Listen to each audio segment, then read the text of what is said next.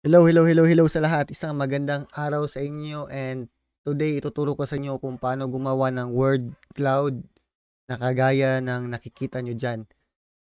Ang requirements lang dito is kailangan nyo ng internet kasi libre yung website na gagamitin natin and napakadali lang talagang gumawa ng ganitong style ng na ganitong design na pwede nyo magamit sa mga presentations nyo or saan nyo gustong magamit, 'di ba? Okay, so ang website na gagamitin natin or pupuntahan natin or ano bang tawag diyan is yung wordclouds.com, which is ipo-post ko lang yung link sa description. And libre itong gamitin.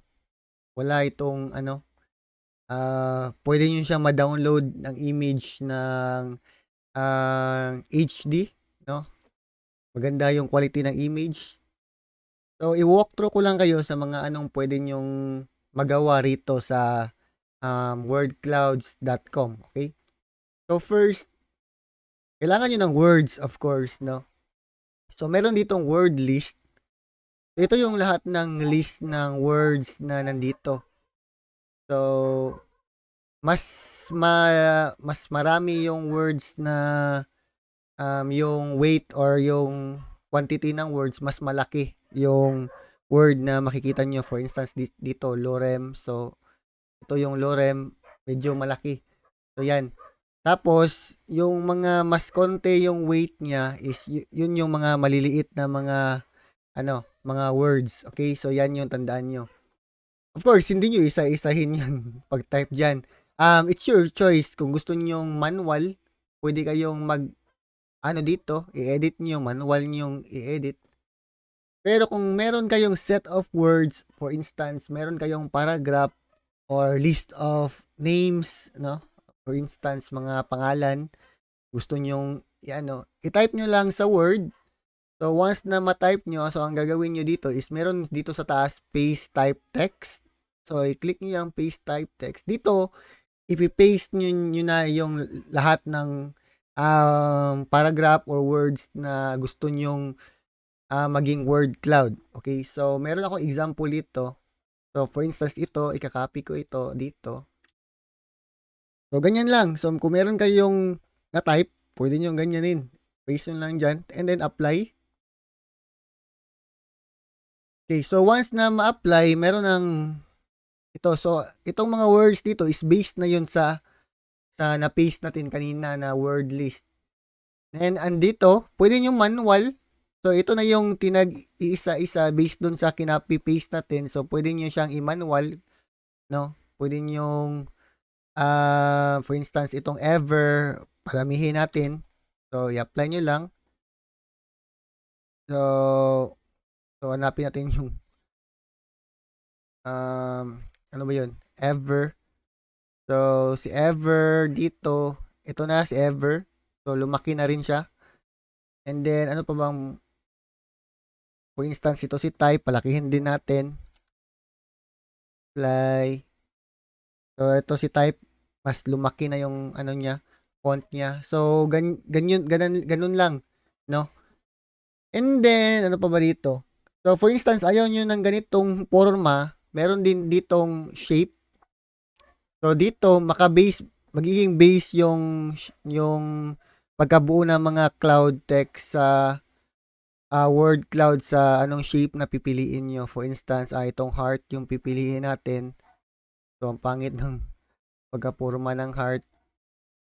Pero, pwede natin yang baguhin. For instance, ano ba dito? Inside or outside. So, for instance, ito yun. Outside. So, yan. Naging heart na siya. Or inverted. So, marami talagang, explore nyo lang dito kung ano yung mas nagustuhan nyo. For instance, square. Ito, square. Tapos, ano pa ba? Pwede nyo rin siyang, for instance, anong kulay lang yung gusto nyong, parang theme niya. So, makapili kayo dyan. And then, sa font, pwede nyo palitan yung font. So, select nyo lang. So, ayun yung font. Or, Pwede rin kayong maglagay ng gap size. So, hindi na natin siya lalagyan ng gap. And ano pa ba rito? So, ito yung size na pwede nyong mabuo. No? Mas malaki, mas maganda. Pero 4x3 lang yung pipiliin natin. Ano pa ba rito? Meron na ata akong nakita dito ano. Wait na. So, direction of words. So, kung nakikita nyo rito, parang yung word, walang ano. Gusto nyo ng direction of words. So, ito naka-random lang. For instance, gusto nyo ng horizontal. So, ayan, naka-horizontal na siya. Or kung gusto nyo vertical, ayan, vertically, ano na siya. So, palit tayo ng, for instance, bilog. Of course, hindi talaga yan mape-perfect. Pero parang ganyan, pwede na siya ma-perfect. Okay, so, and mas marami yung text, mas mabubuo yung, ano, yung shape of course. So, tapos, pag, for instance, okay na yung ano nyo, yung plastada ng gusto nyong design. So, ang gagawin nyo lang is save nyo lang siya. So, dito sa file, merong save image. Meron ding HD. So, piliin natin yung HD. Or you can just directly share it online. So, for me, I will just save it HD. So, piliin nyo yung PNG. So, mas HD ang PNG. And save natin to. So, hintay-hintay lang kayo na matapos dyan. Tapos, once na matapos, then, saka natin i-download. Okay. So, tapos na. So, download. So, once open natin yung file, so, ito na yung picture or na pwede nyo magamit kung saan nyo gustong gamitin. So, ganun lang kadali. Ganun lang kasimple. So, kung punta kayo sa wordclouds.com and then you try to figure out kung anong gusto nyong gawin. And, yeah.